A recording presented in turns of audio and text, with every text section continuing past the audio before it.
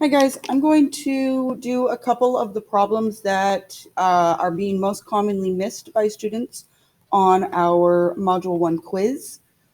Because the questions are never in the same order, this might not be question 5 uh, on your quiz. So don't think that that's automatically going to make it the exact same on yours. Anyway, here we go. For this one, it says use the expressions in the table. Which expression has the greatest value when x equals 2 and which has the least value when x equals -3.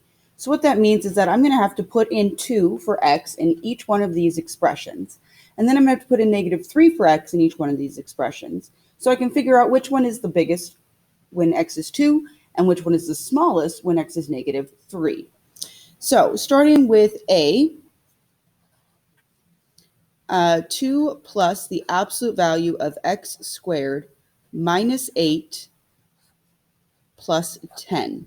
So I'm going to put in 2 for x, and I'm going to evaluate this and see what I get. And then I'm going to put in -3 and evaluate it and see what I get.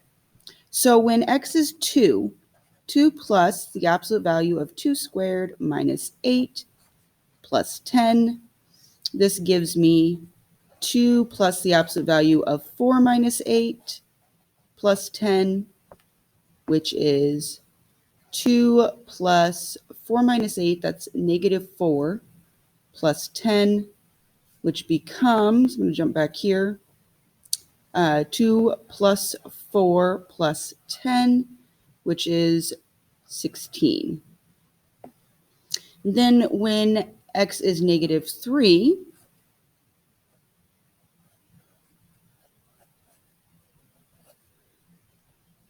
-3 squared is 9, so 2 plus the absolute value of 9 minus 8 plus 10 is 2 plus the absolute value of 1 plus 10, which is 2 plus 1 plus 10, which is 13. Okay, and that is the first step. Now I have to do that for B, C, and D as well. And that's going to take a long time, make this video very, very long. So I'm going to pause. I'm going to do that really quick. And then I will come back and we will discuss which one is the greatest value for x equal 2 and least value for x equal to 3. So give me just a second while I do that. Okay, so now I finished that for all of the expressions there. And I want to know the greatest value for 2. So my values for 2 were 16, -84, -13, and -11. So that gives me A as the greatest. And then the least value for -3, my values were 13, -99, 815, and -21. So the smallest one is -99, which is B.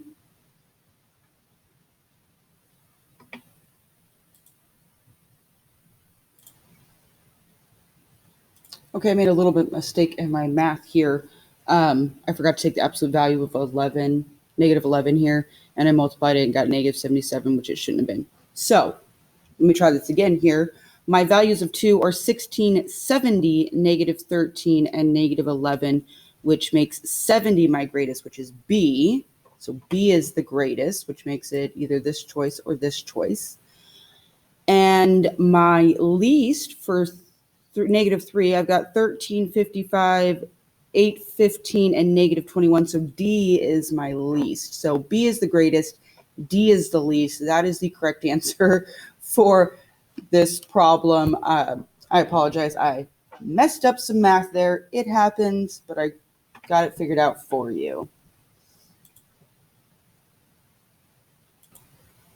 Okay, here is another one that is being missed frequently by some of you. It says find the value of f of 5x squared minus 11x plus 18 when x is 2.4 and when x is -3.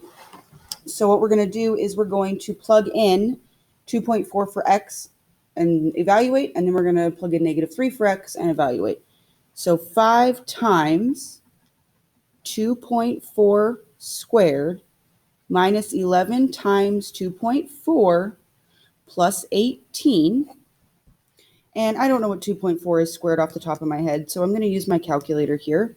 It tells me that 2.4 squared is 5.76 minus 11 times 2.4 plus 18. So 5 times 5.6 gives me 28.8.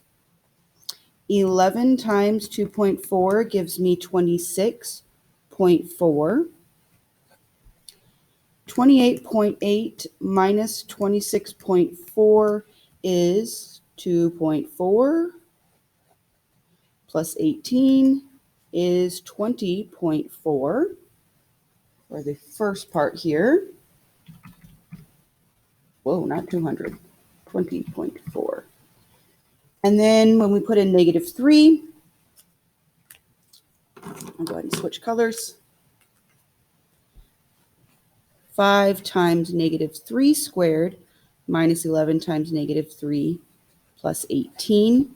So -3 squared is +9. I'm not really sure why I put that into the calculator there. Force of habit, I guess. And 9 times 5 is 45. Again, I don't know why I'm using the calculator. I know these things. That's okay. -11 times -3, that's going to give us a +33, because a negative times a negative is a positive. So 45 plus 33 plus 18 is 96.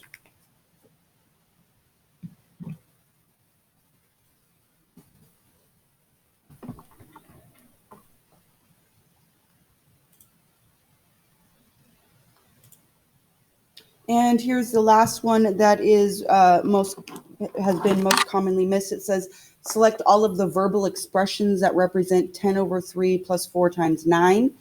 Okay, so 10/3, that is a division problem, so that means the quotient. So it's the quotient of 10 and 3, and it's being increased by the product, the multiplication of 4 and 9. So this one works. The quotient of 4 and 9, that would be dividing 4 and 9, which we're not doing. So that one is not a good choice. The product of 10 and 3, that would be multiplication of 10 and 3. We're not multiplying those. 10 divided by 3, it works. Plus the product of 4 and 9, yes, that works. And 10 divided by 3 plus 4 times 9 also works. So those are your 3 choices there that work for this one. Remember, division or fractions, that is quotient. Multiplication is product. And there you go. Those are the 3 most commonly missed problems so far on our Module 1 quiz.